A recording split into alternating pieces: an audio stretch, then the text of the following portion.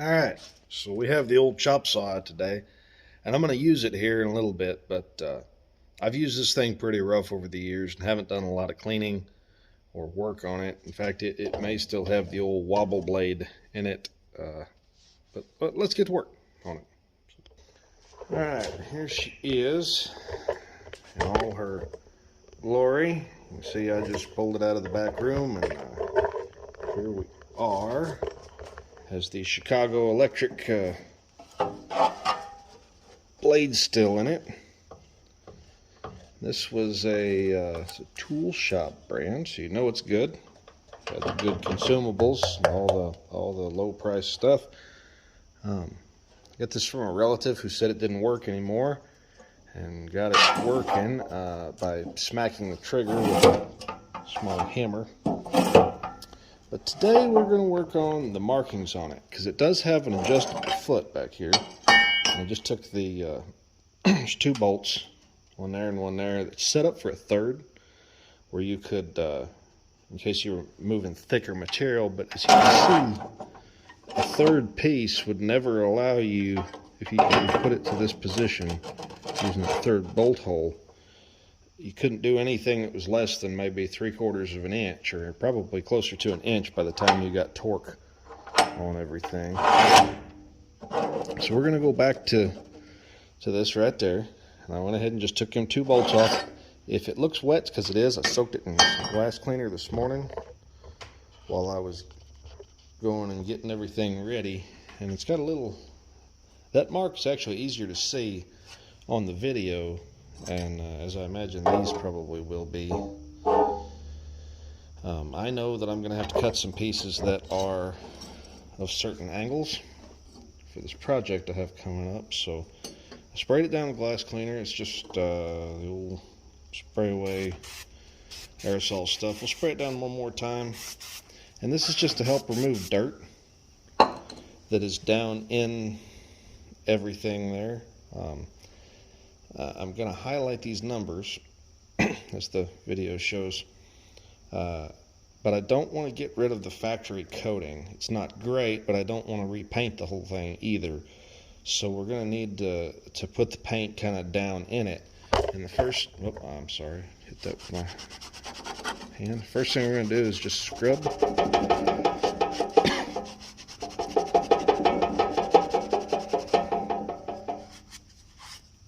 And it is cold in here, so that moisture is not just going to go away. We're going to do the same thing up here. Okay. And I don't need the entire line to be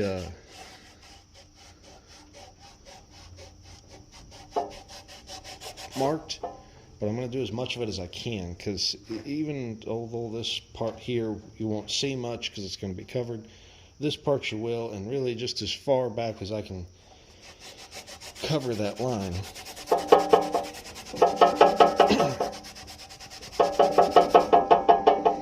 Then we're going to take the old Ace Hardware heat gun here, hit it high, and see what happens to just getting the moisture out of this piece. Now, a lot of times when stuff is being stored in a cold climate, just doing this will actually bring moisture out of the piece that you didn't know was in there. That's why tools sometimes look like they're sweating. But it's a relatively porous piece, a piece of cast or something. Not necessarily like the wrenches and stuff that have a good coating on them, but stuff like this, it definitely will. The other thing, it allows me to kind of reheat the part, and it's on this big thick ordinary steel plate, about a half-inch steel plate. Like I said, we're not going to remove the coating, and the heat's going to be drawn under this table, we know, but we are just going to try and get it dry.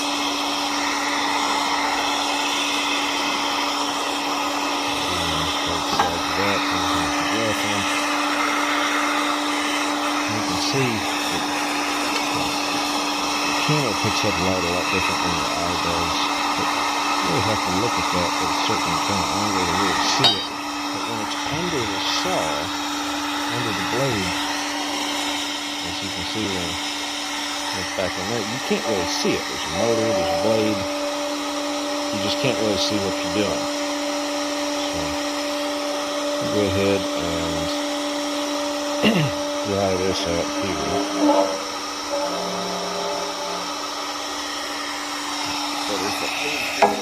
Keep going here. And the other thing I wanted to do while I was out is I'm going to clean up the threads a little bit on those bolts. They're laying there. This thing's been a little bit of a pain to move for a long time. And this seemed like a great time to get those threads cleaned up and refresh myself as to their size, or the size of the head of that bolt. Possibly once everything's dry to apply a little bit of lubricant to it. Get some buildup back here where the gun is. I'll probably take a pick or something in just a second and see if we can get that out. I think there's one laying right here. So we'll just see if we can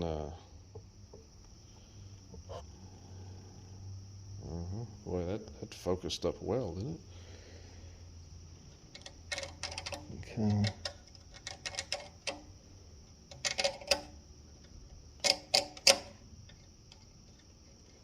I can't even feel. I know it's there, so I can kind of see it.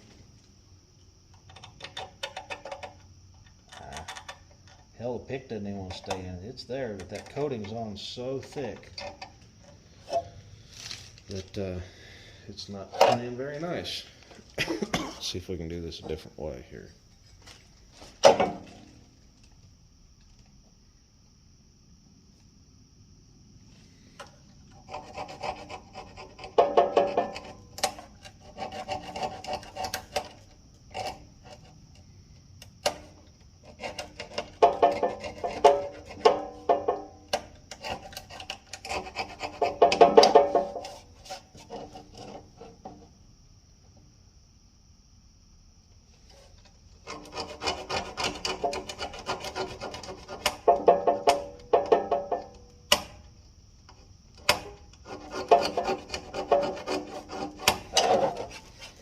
I think that's as good as we're getting there. You can kind of see across it, and I may go through and see how deep these are.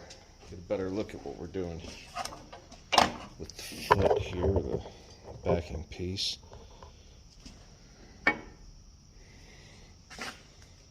Just kind of real. 15. I think that's supposed to be 30. So, can you see? Oh. Well, if I had a little small sandblaster, I'd look real careful at just doing this whole thing with that. But that being said, we're clean, we're dry, we're grease-free. We've been scrubbed. We're just going to try and do this the down and dirty, quick way. There are better ways to do this, by the way. Get the paint coming out halfway decent.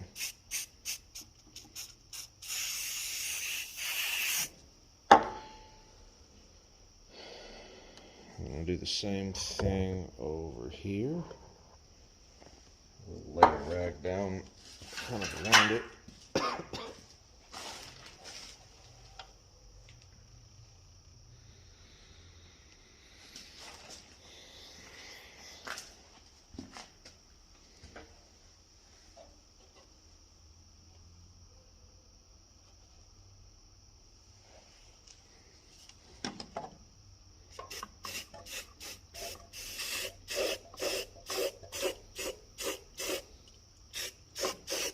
Part of the thing about being cold is this paint dries real slow.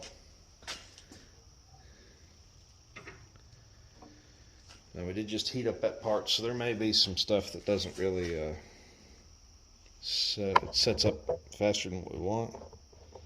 And again, this is not some sort of a restoration. This is just sort of wiping off real gentle. Buffing off might be a better term. What we don't want here. You can see it's already better.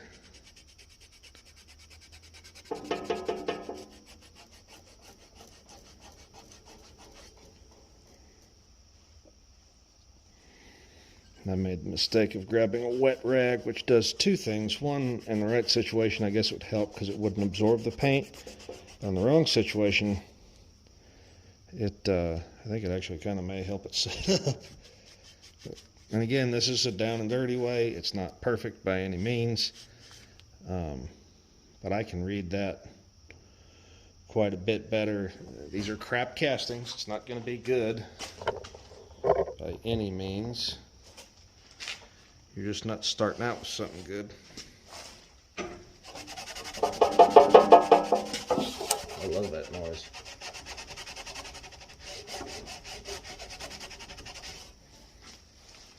You can see that line there, and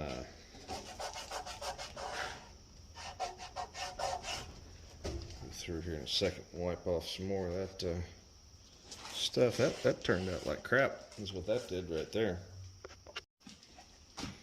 All right, this is just acetone, which probably won't do anything.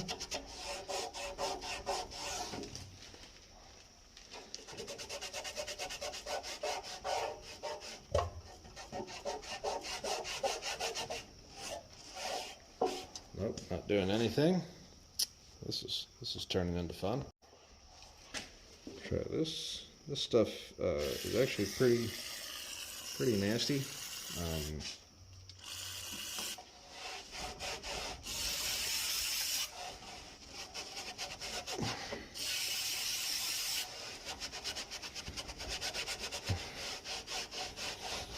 That's black again.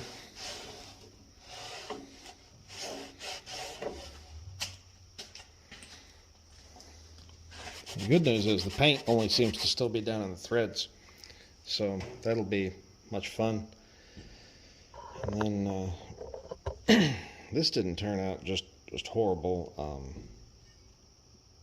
I could have wished for better, but anyways, go through and wipe some of that off.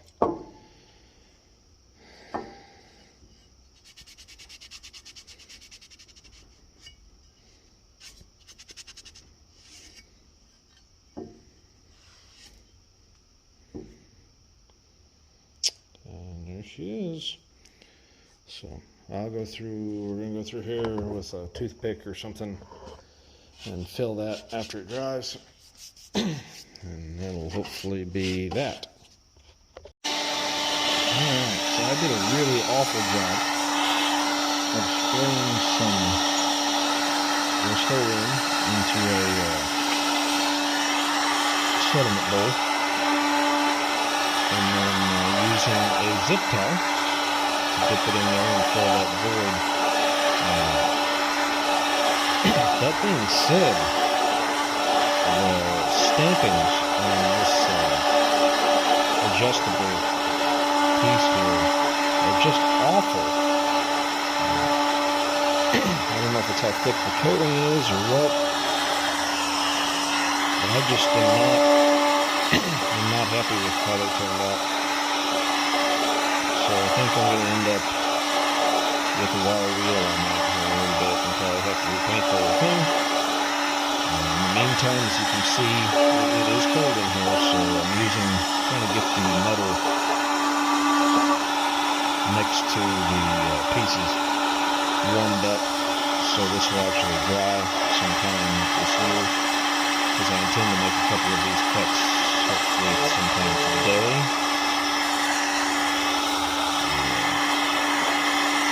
And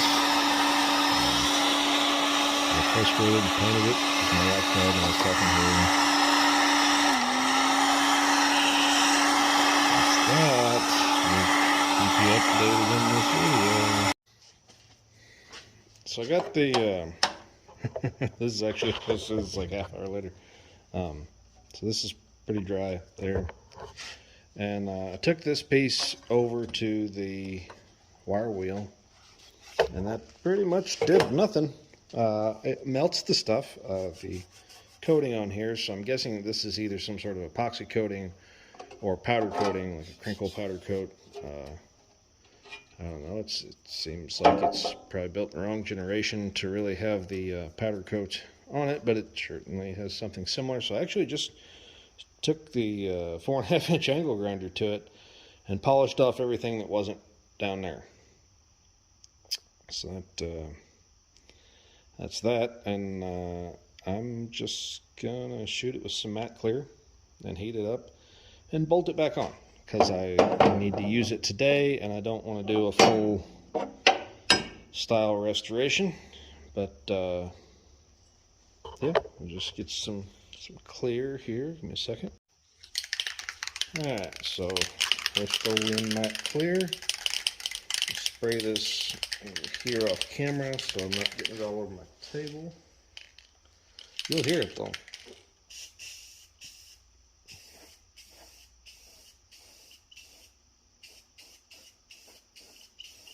Just covering up the bare metal with a big thick coat here. Lay that down. And then heat gun as I run into everything.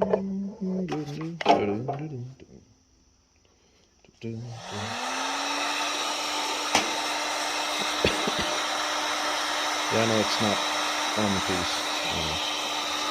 It is on the air side, which is super convenient for me. Just kind of work our way towards it so we're not super heating it. Generally easy.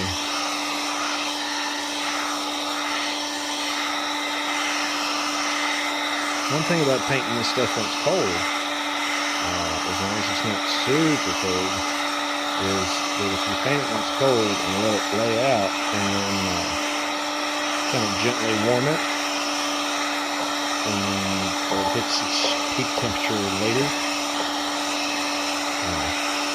it will lay down just as smooth. So you don't want, I've painted pieces that are 45, 40 degrees before, stuff like that. That actually looks pretty decent, because it gives the top a time to kind of flow out. It looks pretty good as far as making me look better than I am. It will run like a son of a gun. If you don't have something like kind of an edge on it or something, it'll run like crazy on any sort of a vertical surface, but on the horizontal surfaces, it looks pretty decent. I think it's probably enough to stick it to the front load, a few patches on the back. Let this stuff kick off. I don't expect fully hardened anything right away, but the paint, if the chemical reaction, the evaporation of the catalyst in this paint, the carrier in the paint doesn't happen, you'll have a pretty rough time with this stuff. It's not hot enough for it to evaporate. I don't know exactly what temperature that happens at, but I can tell you that at like 50 degrees, it takes a really long time for this stuff to dry, and that humidity makes a big difference in how it dries. So that's enough for me to at least set it back over here, get it on the bolt hole, and now we can read our degrees for the first time probably ever since I've had this saw. I'll get these bolts out here and I'll get those cleaned up. I just want the threads kind of cleaned up. You can see they're kind of rusty, nasty, and save these washers because I'll reuse those. They aren't fantastic, but I don't want them too awful aggressive either. I'll just go hit these with a wire brush real quick, and then when this is dry, I'll have this pre-assembled sitting up here, and when it's dry, that'll be it. So, all right, thanks for watching that. That was painful for me, but there's two different ways. Grind off everything except for what's there and then adding. So, yeah. some sort of a light sandblasting, or even just a decent quality paint stripper would have been the right way to go about that. Um, as it is, you really, I mean, the motor is right over that lettering. There is no spot that has good light on that, because you want the light to be out where your workpiece is, and you just can't see the letters. There's no contrast, and the, I guess, powder coating is so thick that there were marks on there you just couldn't see. And even having to use that pick, and I sharpened my picks, even the cheap ones like that. I had to use a straight edge to get it down in there, and it was scraping, but it wouldn't hold in the edge. The stuff's so thick, which is fine, and it's kept it from rusting for a long period of time. It's done its job, but it made it a pain to work with on this particular application. So that's that, and please subscribe to this channel for more nonsense, and we'll talk to you later.